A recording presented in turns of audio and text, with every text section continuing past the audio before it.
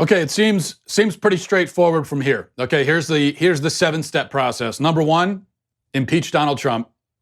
Step 2, Pence is president.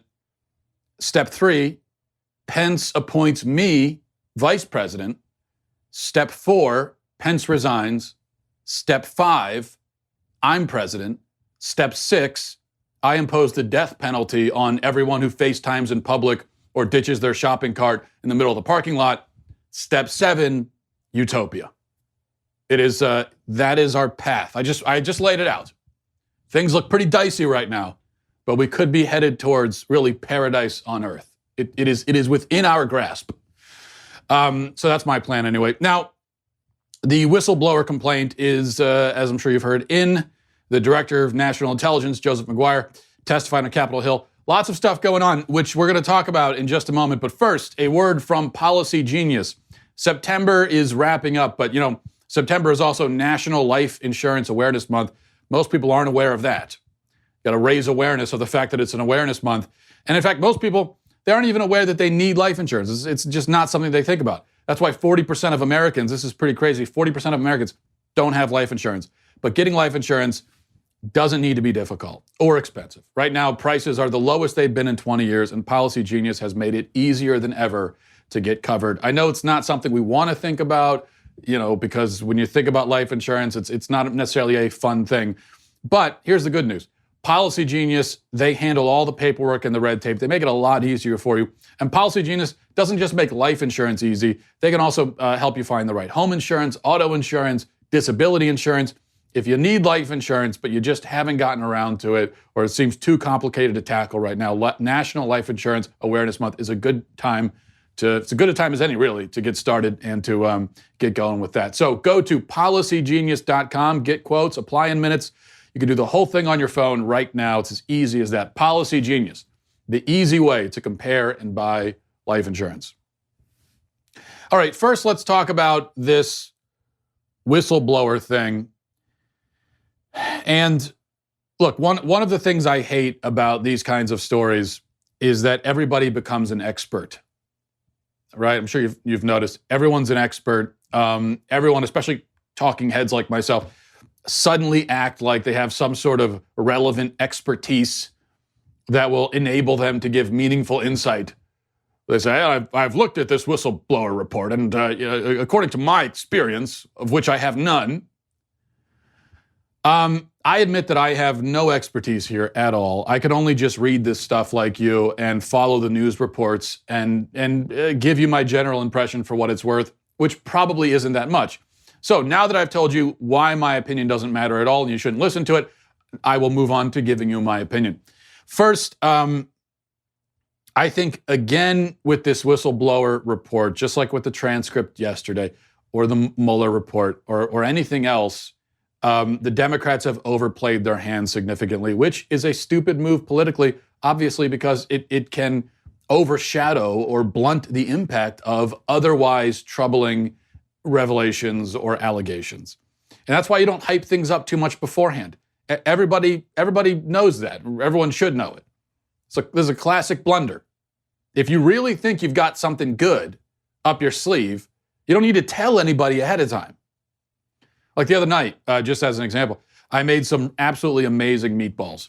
But I didn't tell my family ahead of time. Now, I knew the meatballs were great, but I didn't say them. I didn't tell my wife and my kids, oh, these are great meatballs, you're going to love them. Instead, I just gave them the meatballs, and I let them experience them and be brought to tears of joy over how great the meatballs were, which is exactly what happened, no exaggeration.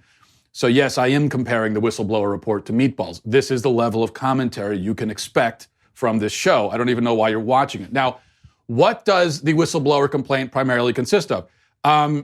It seems it mainly consists of recounting the transcripts we already read and talking about media reports that we've already seen. The only troubling part is the part that alleges what could be, if it were true, a cover-up. Let me read from the whistleblower report. It says, White House officials told me that they were directed, that's in quotes, by White House lawyers to remove the electronic transcript from the computer system, transcript of the call between the Ukrainian president and Trump.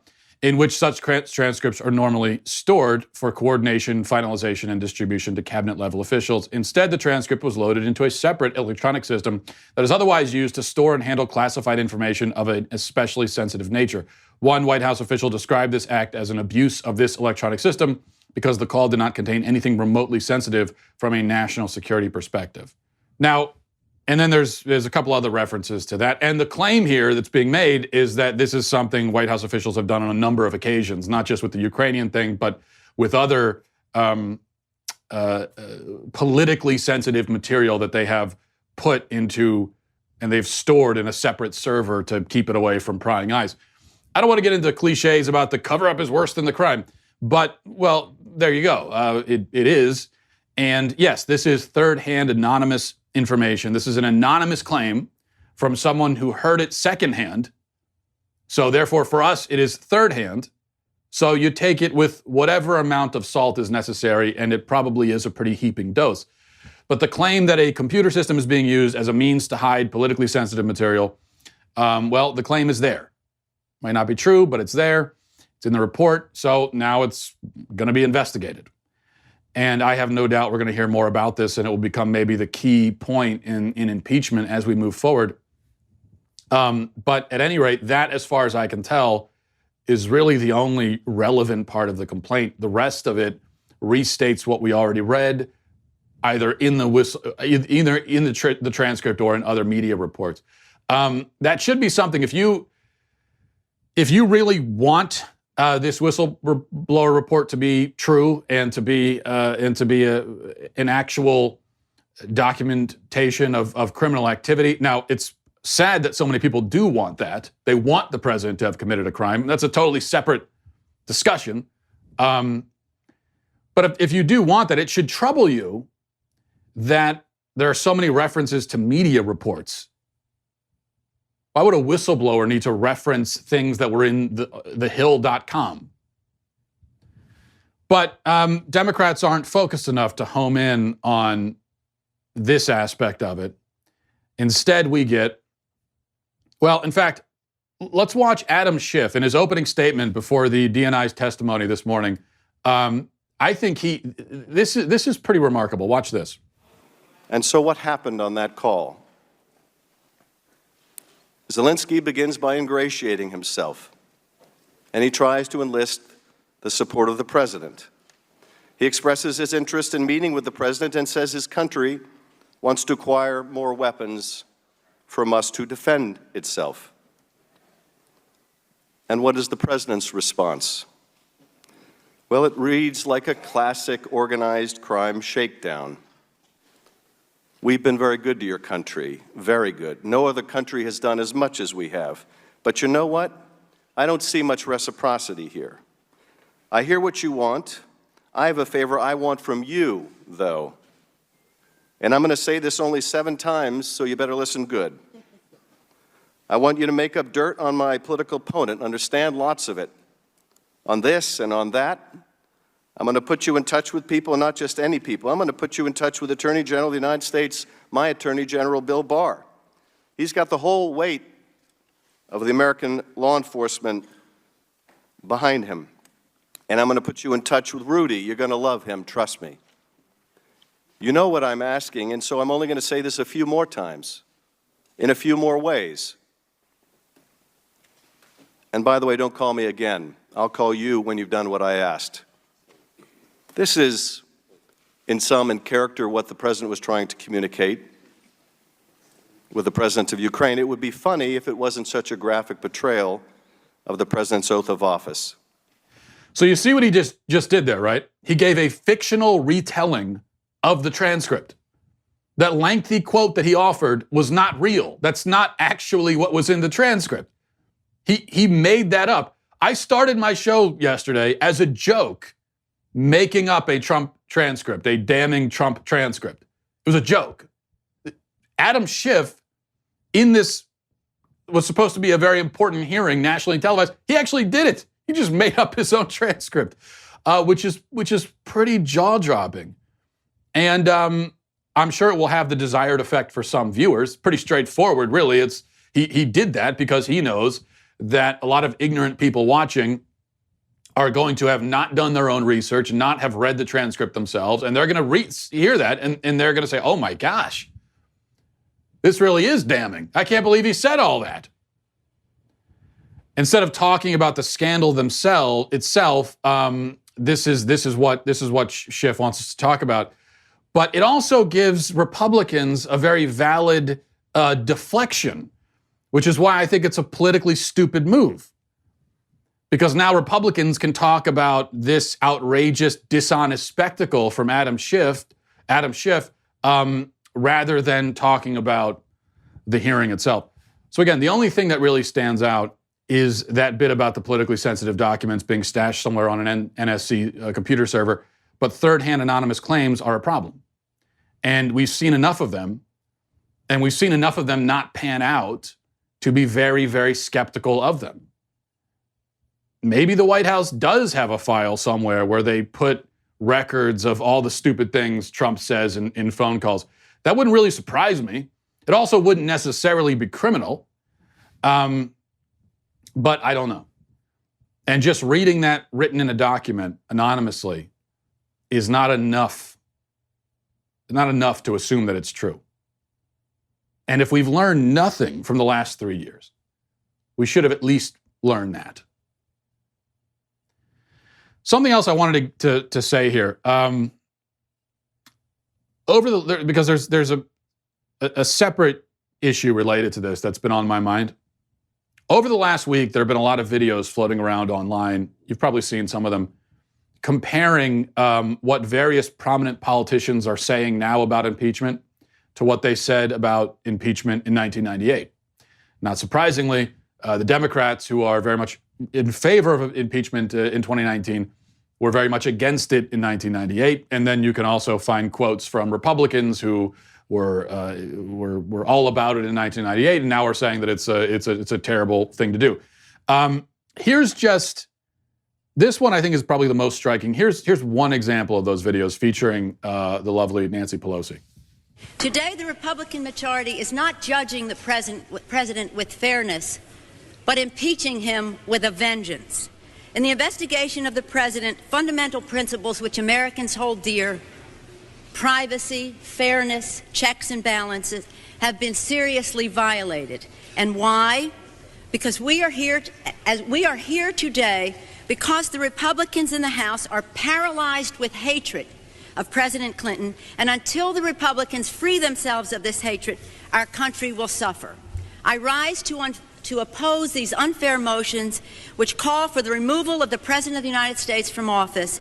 The independent counsel knew that the president was exonerated when Travelgate, Whitewater, and Filegate. This was not fair. Indeed, it is the responsibility of any prosecutor to immediately release information that is exculpatory. Therefore, today, I'm announcing the House of Representatives moving forward with an official impeachment inquiry. I'm directing our 6 committees to proceed with their investigations under that umbrella. I thank our Chairman Nadler, Chairman Schiff, Chairman Cummings, Congresswoman Maxine Waters. Thank you all. Madam Speaker, never before has the president been convicted by the Senate. What does this accomplish if the Senate doesn't convict? So what jumps out at you about that? I'll tell you what jumps out at me when I see videos like that. It's that these people have been in power for way, way, way too long. That's the thing that I notice. It's all the same players. I also saw there was another video I saw this morning. I won't play it because I'm not going to play all the videos. But Nadler is another video. There's a video of him 20 years ago when he looked to be about 300 pounds heavier, and he was talking about how impeachment is erasing an election and it's an attack on the voters. It's all the same people. It's all the same characters still in there. So if we take nothing else from this, we should take the need for maybe term limits. That 20 years have passed between this impeachment scandal and the last one, and it's all the same people saying the same things. Well, not the same things, really opposite things from what they said before. That's sad, and that's not how a democracy is supposed to work. All right, let's move on to here's an important story. Everybody else is talking about whistleblowers and impeachment, but to me, this is the thing we need to focus on. Mattel is releasing gender-neutral dolls, and Time has a whole story about it. They're very excited about it. I want to read a bit, just a little bit of it to you because it's funny, but also because there's a point I want to make here at the end of this. Okay, so this is Mattel on the gender-neutral dolls. It says, a child opens a box. He starts jumping and screaming with joy. Not an unusual sound in the halls of Mattel's headquarters where researchers test new toys. But this particular toy is a doll, and it's rare for parents to bring boys into these research groups to play with dolls. It's rarer still for a boy to immediately attach himself to one the way that Shia just did. An 8-year-old who considers himself gender fluid and whose favorite color is black one week, pink the next, Shia sometimes plays with his younger sister's dolls at home, but they're girly princess stuff, he says dismissively. I'm going to stop here for a minute, and I'm going to sound like a broken record, but an 8-year-old who considers himself gender fluid, that sentence means nothing. It means nothing, first of all, because the phrase gender fluid means nothing. Gender is not there is no gender fluid, despite what we are told. Gender is an objective thing. It's not a fluid. It's not a spectrum. But even aside from that, even if gender fluid did mean something, an 8-year-old who considers himself that, he has no idea what gender fluid means. Well, nobody does because it doesn't mean anything. But he has very little clue what it even means to be a boy or girl. He doesn't really even know what that means. If you ask this 8-year-old child to define what is a boy, he would probably have a difficult time giving you, especially a scientific definition. Yet somehow he's decided that he doesn't quite identify as that. Also, do you think it's a coincidence that his name is Shia? That's S-H-I''A. And he identifies as gender fluid. So he has this kind of ambiguous name, and then he ends up identifying as an ambiguous child. What a coincidence. That's not a self-fulfilling prophecy at all. It says, this doll with its prepubescent body and childish features looks more like him, right down to the wave of bleach blonde bangs. The hair is just like mine, Shia says, swinging his head in tandem with the dolls. Then he turns to the playmate in the toy testing room, a 7-year-old girl named Jahace, and asks, should I put on the girl hair? Shia fits a long blonde wig on the doll's head, and suddenly it is no longer an avatar for him, but for his sister. And then it goes on from there. Very lovely story. Here's what the dolls look like, by the way. Let me show you what they look like. So those are the dolls. I only really have one point I want to make here. Have you noticed that, ironically, and these dolls capture it, ironically, gender fluid, non-binary people, they all end up looking kind of the same, with same style and everything. People identify this way so they can distinguish themselves and express themselves and be individuals. But then they end up looking indistinguishable from everybody else who's trying to be an individual. It's like when I was a kid, some people wanted to be different and unique, so they became goth. That was the thing back when I was a kid. It wasn't gender neutral or gender fluid. It's the same basic idea, where it's just people who want to, I don't want to fit in with the crowd, I want to be different. But then the big joke with the goth kids is they all looked exactly the same. They were wearing basically a uniform.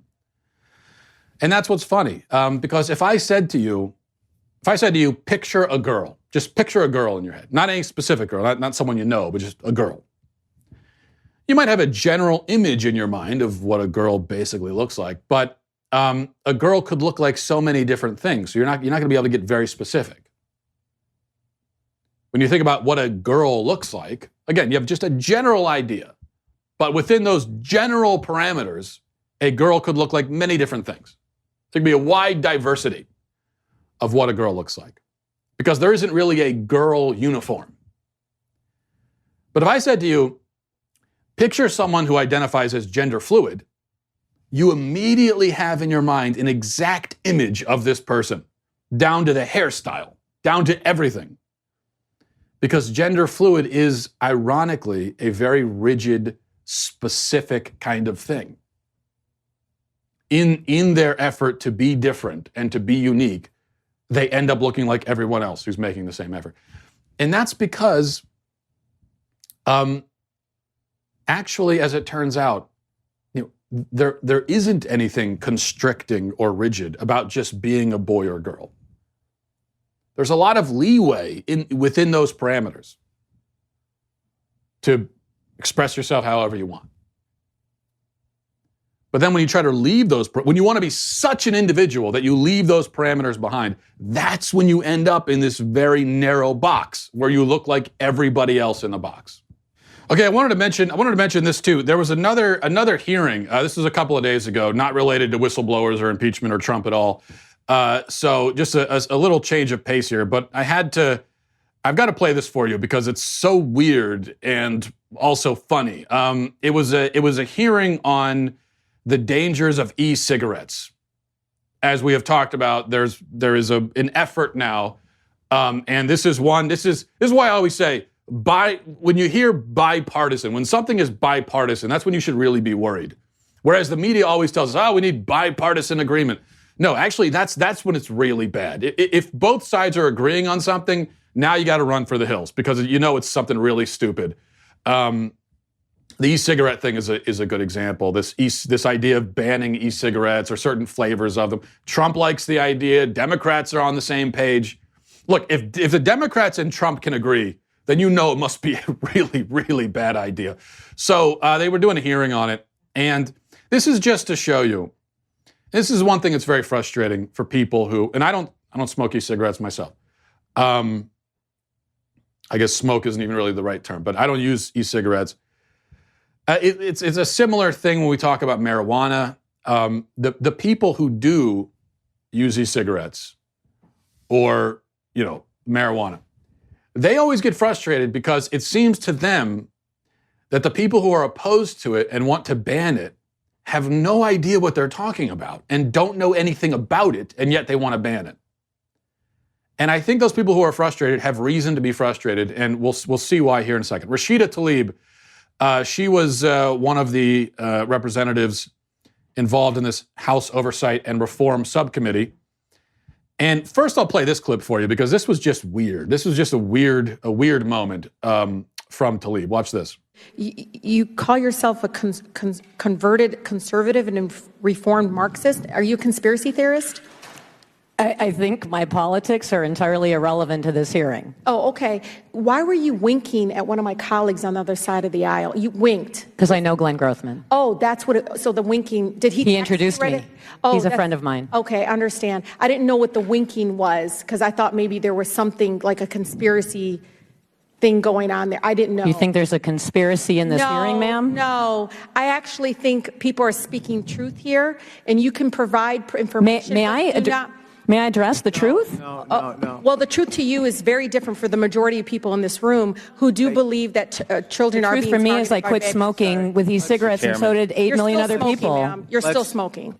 I'm not smoking. Thank you. And I'm not lying under oath. Order, please. And then, okay, so that's very strange. But here's the part, and this is where it gets frustrating for, let's say, people who do vape. Because here's the part where Tlaib makes a claim, a scientific claim, and this is the party of science, but makes a very scientific claim. Watch this. I go in to speak to kids all the time, do the second grade and third grade reading class, they always ask, well, what do you do, And I tell them I work at the Capitol, and I show them the picture and tell them where it is geography-wise.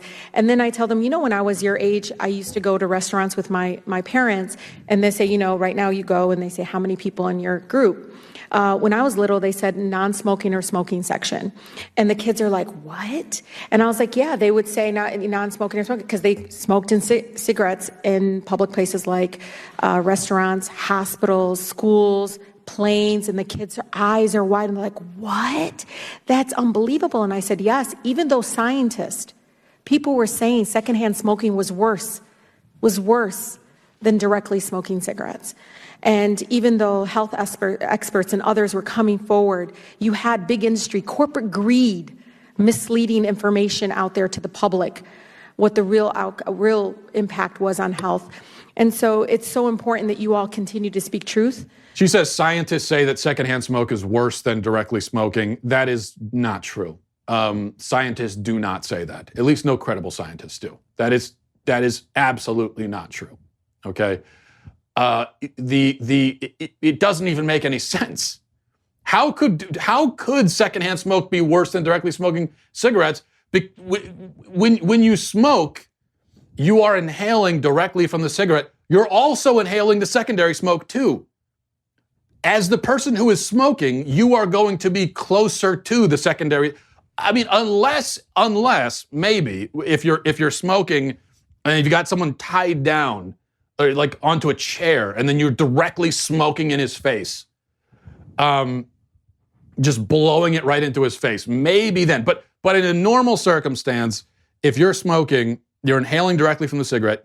But the smoke that comes out, you're also inhaling that too, because that's in the air around you.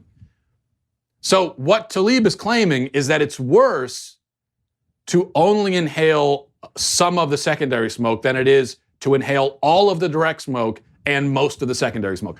Does that make any sense? Now, is secondhand smoke good for you? I mean, it's not. I don't think anyone's going to claim that it's a health benefit. I don't think there's any studies showing that it's going to help you health-wise. It is, though, it is an open question whether or not secondary smoke or secondhand smoke has any significant health, has any significant negative impact on your health for people who are, now if you have asthma, emphysema, something like that, bronchitis, then obviously being around secondhand smoke is a different matter. But if you're a basically healthy person, the jury is kind of out on what kind of impact secondhand smoke is going to have on you, especially in a casual environment. Now, if you're in an enclosed space with somebody smoking constantly for years at a time, then again, that's going to be different from someone who's sort of casually around it. But the link between secondhand smoke and cancer, that there have been some studies that have found a link. There have also been studies that have said that there's no link. There's no discernible link. But putting all that to the side, this claim here is completely ridiculous. It is not true. And this, again, is exactly what is frustrating. When you're someone who enjoys using a certain product, whether it's e-cigarettes or regular cigarettes or marijuana or whatever, alcohol, and you've got other people advocating a ban on it, and then you notice that, or how about guns? Maybe the number one example of what I'm talking about here, where famously the Democrats who are the gun grabbers, when they get to talking about guns, you realize very quickly, they have no idea what they're talking about. They've never probably even held a gun before. They don't even know the difference between the different types of firearms. They have no clue what they're talking about, and yet they want to ban it. It would seem it would behoove you, it's your responsibility at a minimum, if you're going to advocate for banning something, at least learn what it is first and what it actually does. So that goes from being funny to then when you think about it, it actually just ticks you off. All right. I have one more thing I need to discuss before we get to emails, and I saved this for last, even though it's probably the most important issue of the day. I don't make a habit of attacking my coworkers in public. Mostly I attack them in private. But one of my Daily Wire colleagues last night lashed out with the most bigoted attack I've ever seen. And it was something that, well, Amanda Prestigiacomo, she's, if you read the site, you know the name. She writes a lot of the articles. She gets approximately 95 trillion hits a day on her articles, I think. And I like her stuff generally, but this tweet crossed the line. Essentially, it amounts to her coming out as a Nazi. It's basically what it is. So I want you to take a look at this. Here's the tweet. And like I said, I'm very sorry that I need to publicly denounce someone who works for the same company. But what choice do I have? She says, "This is a really weird pet peeve of mine, and it's probably crazy. But I really dislike men who are not on the beach wearing flip-flops. What if a woman has a flat tire and you have to help? What if there's some sort of altercation? You can't react in flip-flops." Now, underneath this outlandish, prejudiced, discriminatory screed, there are a bunch of women agreeing, somehow, and insisting that as men, we should forfeit our First Amendment rights to wear flip-flops, including, I should add, Allie Stuckey, a former colleague of mine at The Blaze. And this, I'm just going after everybody now, but what am I going to do? Generally, her stuff also is good, but she, and look at this, you aren't going to believe it, she says, no one needs to see man toes. Apparently, Allie doesn't realize that body shaming is illegal in the United States. Now, I need to speak up here because sandal shaming has become one of the great crises of our time. Men like myself who wear sandals, especially flip-flops, we are subjected to harassment, abuse, murder. Yes, men are murdered routinely for wearing flip-flops. It happens all the time. And it has to end. I'm not going to be ashamed of my sandals.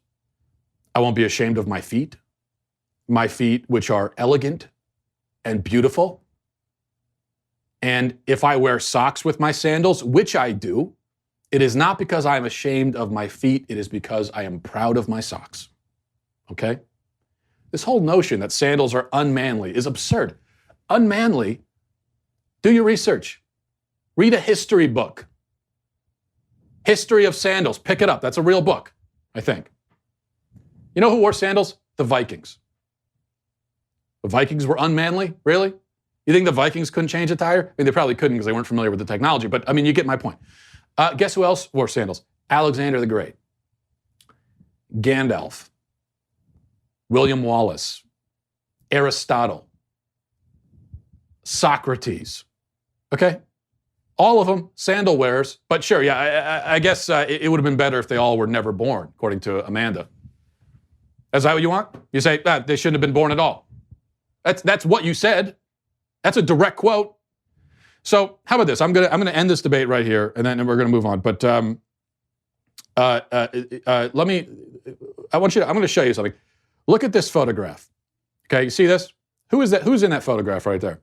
That's just someone named Jesus Christ. That's all. Of Nazareth.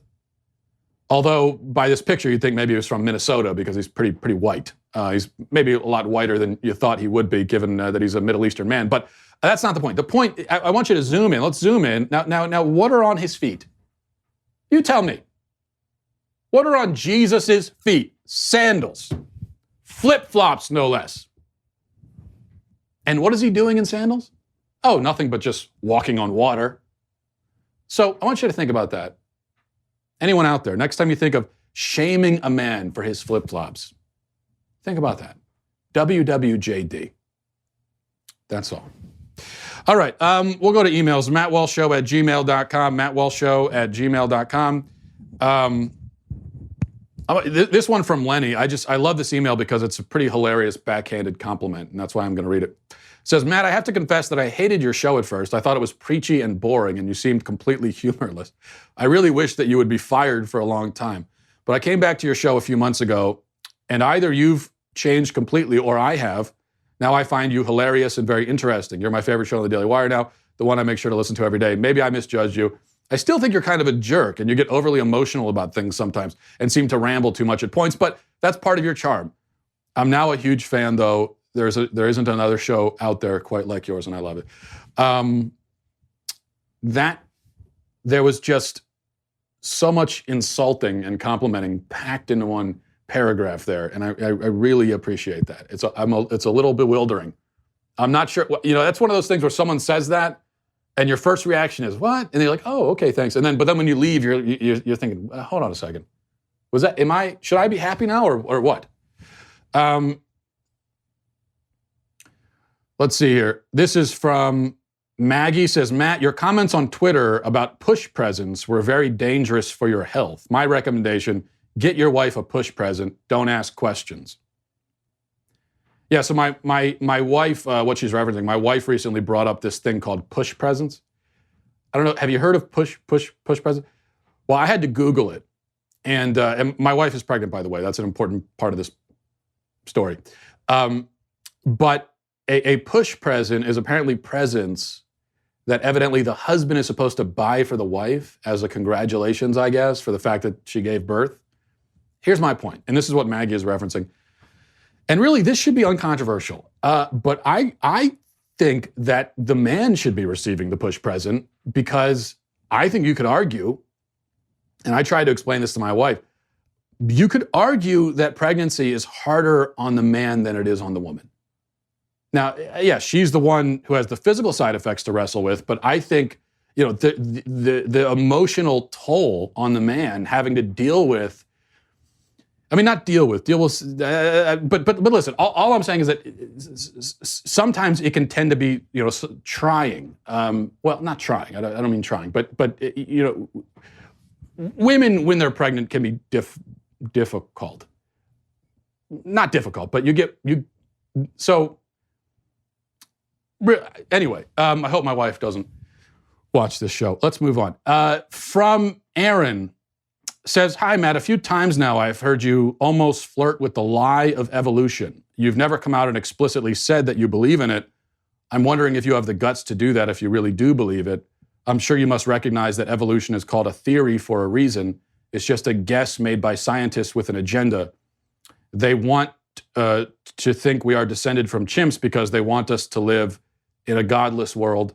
I hope that you have not been deceived, but I'm afraid, based on your comments, that you have. Hello, Aaron. First of all, and thanks for bringing this up, actually, because I think it's a really interesting subject. But first of all, don't accuse me of flirting with evolution. I'm married. I would never do that.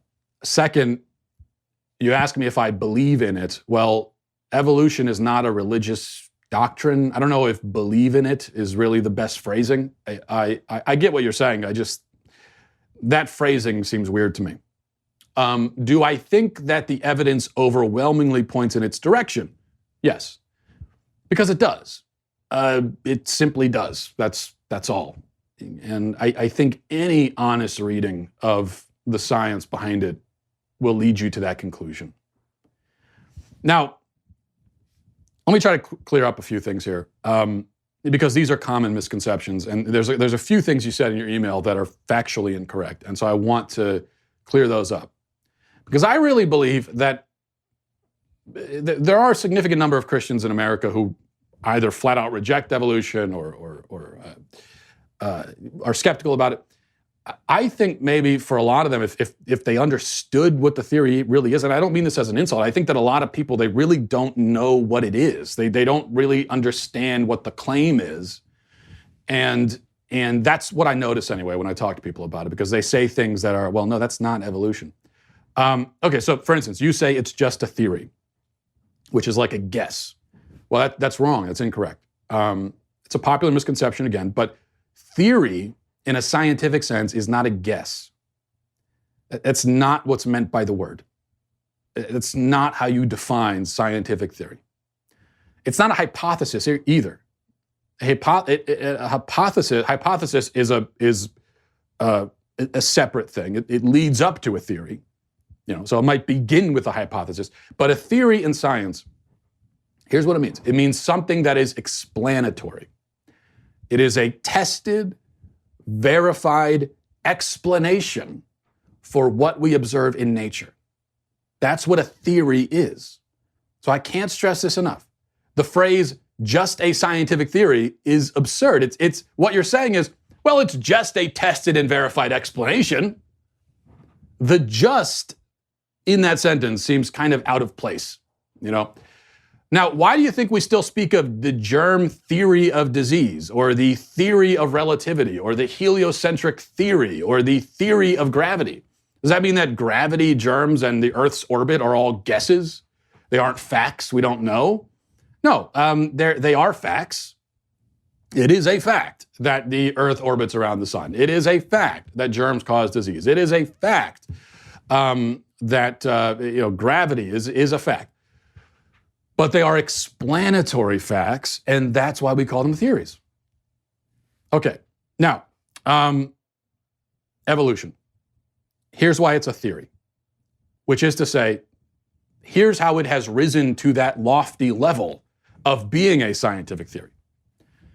Because Darwin came up with a workable model to explain the diversity of life on Earth. And a workable, testable model. And that's how real science works. And I know the word science is thrown around a lot these days, and there are people claiming things that are science that aren't. We just gave an example of that with Rashida Tlaib. But if it's real science, that means it's testable. You can go and test it. You don't have to take anyone's word for it. You don't have to take it on faith. You can go and look at it, test it. Ever since he postulated the theory of evolution, subsequent discoveries have consistently confirmed it, while nothing has disconfirmed it. So I'll say that again. Every relevant discovery since that theory has had the effect of confirming it. There has not been one relevant discovery to have a significant disconfirming effect. So his theory had predictive power, which is how you know it's good. Keep in mind, Darwin, he came out with the origin of species. It wasn't yet known that the Earth is 4 billion years old. Which it is, by the way. Well, it's certainly several billion years old. We know that. And he didn't know about genetics either. Mendel was working on that sort of parallel to Darwin, but they weren't working together on it. Yet, in order for Darwin's idea to work, the Earth would need to be billions of years old, and there would need to be some kind of mechanism whereby our traits, are passed down through the generations. And what do you know?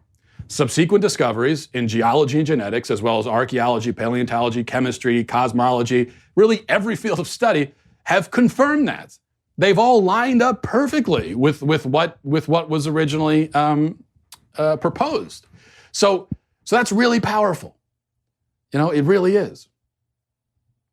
It's just like the scientists.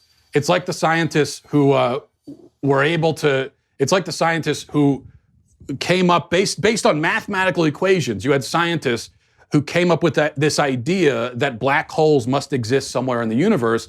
And then what do you know? A few months ago, we actually found one.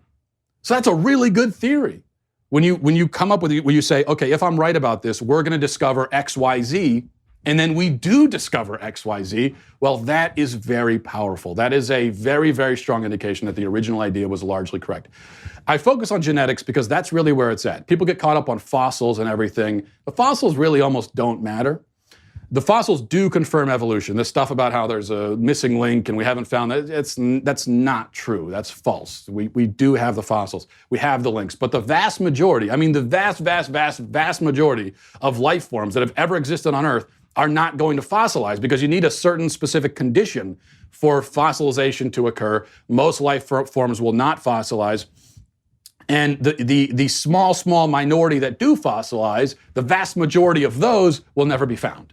So what that tells you is that, fossils are important, but you can only learn so much from that because the sample size is going to be so small.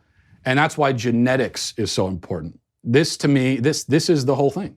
According to Darwin, what he said, long before anyone could actually confirm this, but he said that we are most closely related to chimpanzees, and then further down the family tree, would be mice and dogs and things like that. And then further away would be fish and other lower life forms. And by the way, let me back up, because you had another mistake in what you said. You said that descended from chimps. That's not the theory of it. That's not how the theory goes. Nobody thinks we're descended from chimps any more than you are descended from your cousin. And this is why when people say, oh, well, if we're really descended from chimps, then how do chimps still exist? That's like saying, if I'm really descended from my grandfather, then how does my cousin exist? It doesn't make any sense. The idea is that 7 million years ago, we shared a common ancestor. It's not a direct line, like we are, like, your great-grandfather was a chimpanzee. We share a common ancestor a long time ago. That's what the theory says. Okay, and that's what Darwin proposed. Well, finally, a century later, when we could look at the human genome, we found that, what do you know, we shared 99% of our DNA with chimps. A little bit less with mice, far less with fish, and on down the line. Okay? What is that, a coincidence? I think genetics just puts to rest any reasonable doubt on this subject, because we can look at our genes and we can see the familiar relationships. So either Darwin was basically right, although he wasn't right about everything he said, obviously, but he was basically right, or God is trying to trick us. God is playing a fun little trick by making our DNA exactly match what the evolutionary theory predicts. What to you seems more likely? This, again, genetics, this is a testable, workable thing. We know that it works. Scientists can go into a laboratory, they can look at your genes, and they can tell you who you're related to, and they will be right, because you can establish relations through genetics. And it's by that same system, in that same field of study, where they can establish relations between the species.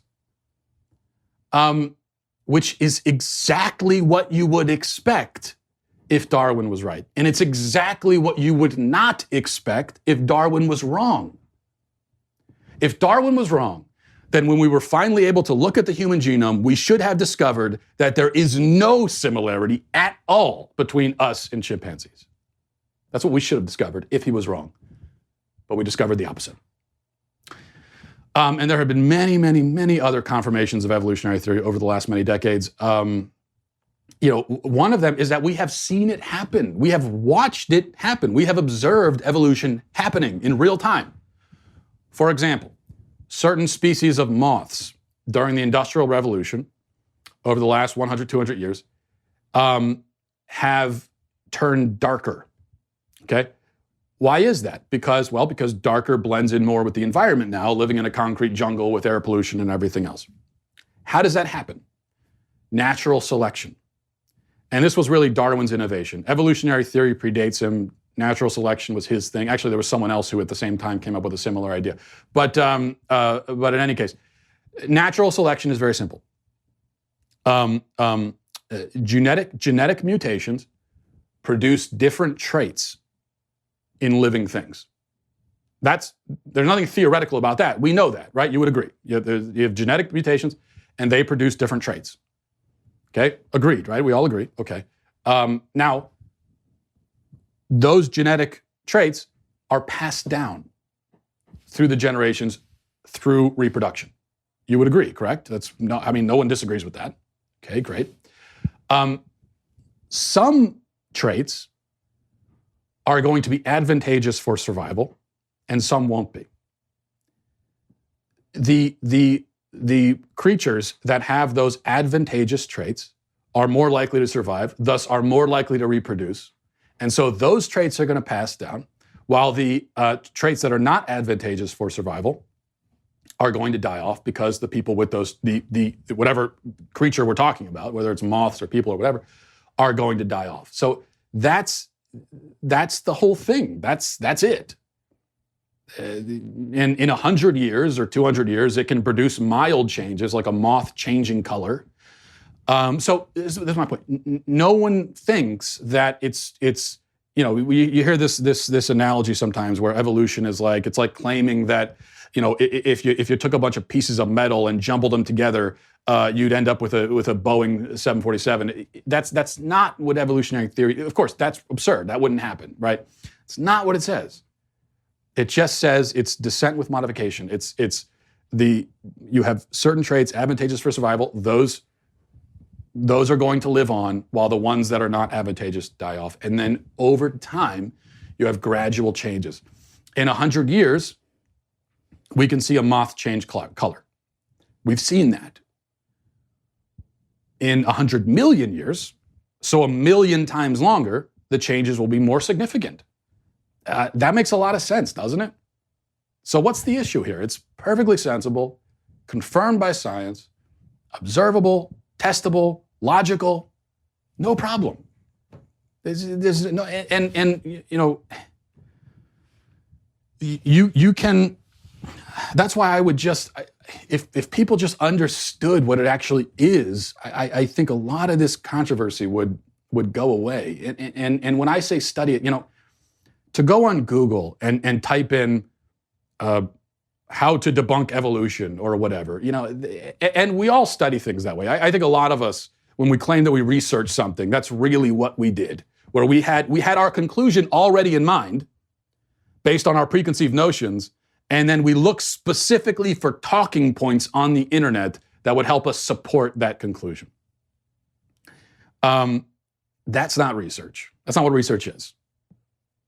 You have to look at the whole context of something. And you have to try to find sources that do not appear to be propaganda, that don't have clear biases. Everybody has a bias, but if there's a clear bias, a clear vested interest in a certain conclusion, you got to stay away from those sources as much as possible. And at the very least, read both sides.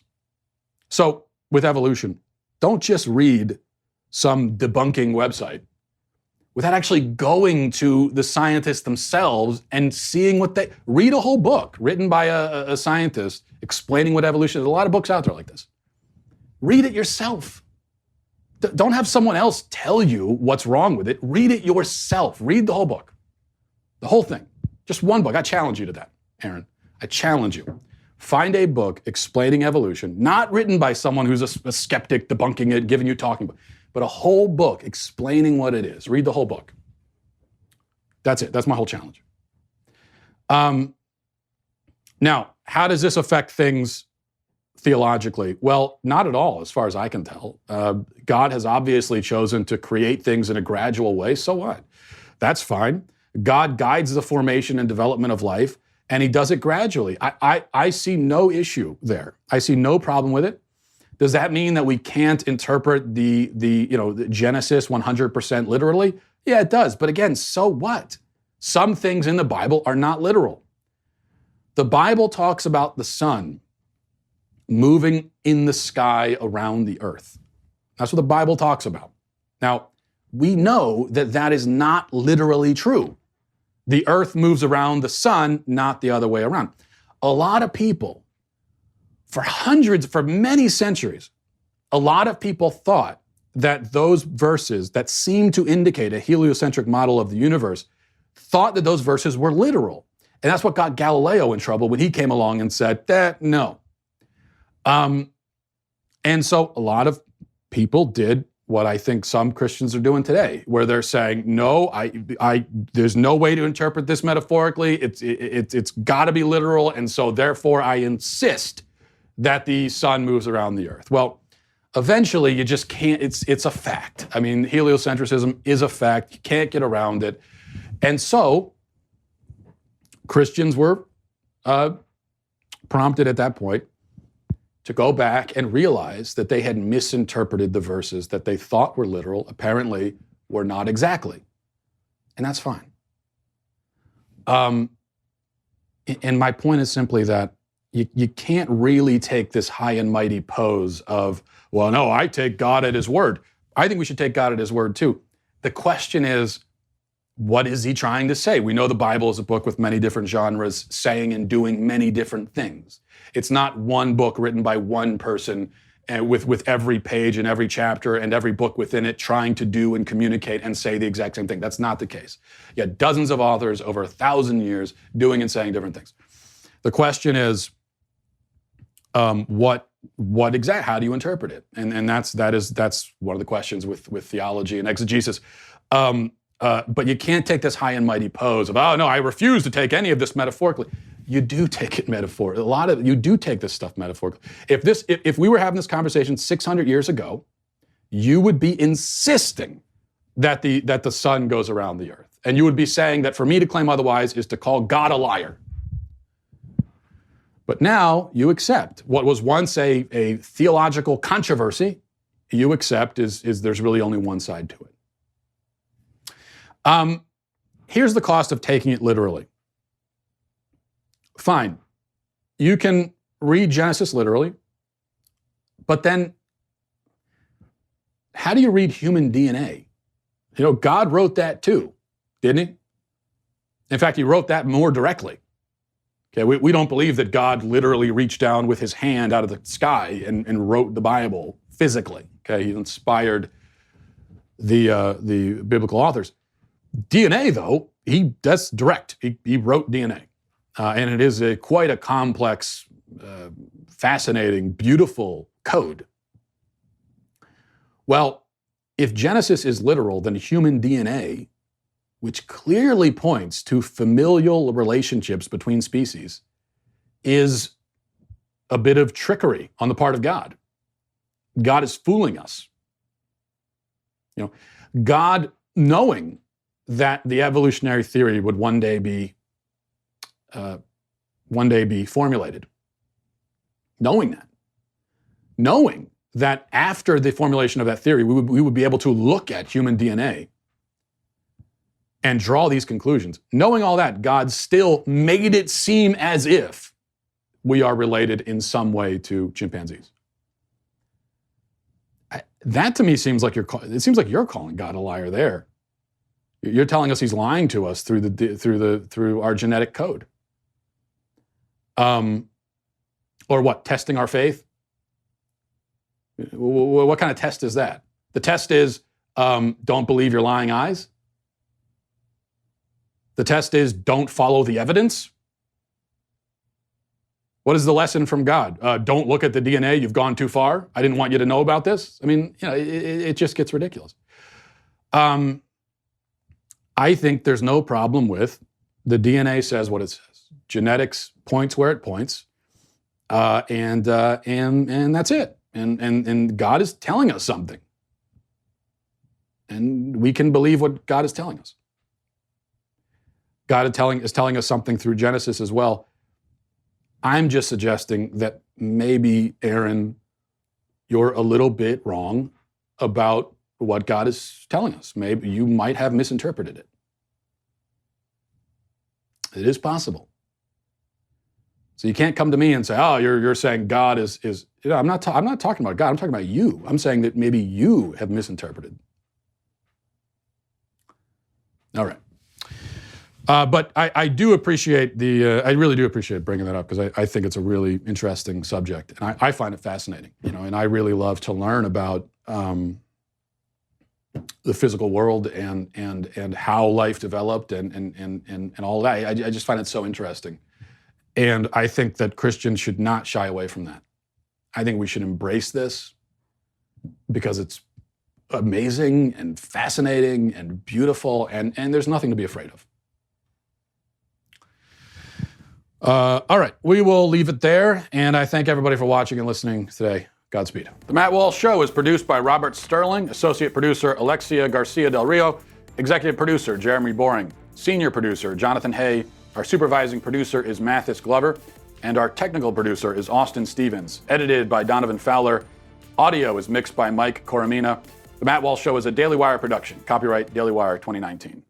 If you prefer facts over feelings, if you aren't offended by the brutal truth, if you can still laugh at the nuttiness filling our national news cycle, well, tune on in to The Ben Shapiro Show, where you'll get a whole lot of that and much more. We'll see you there.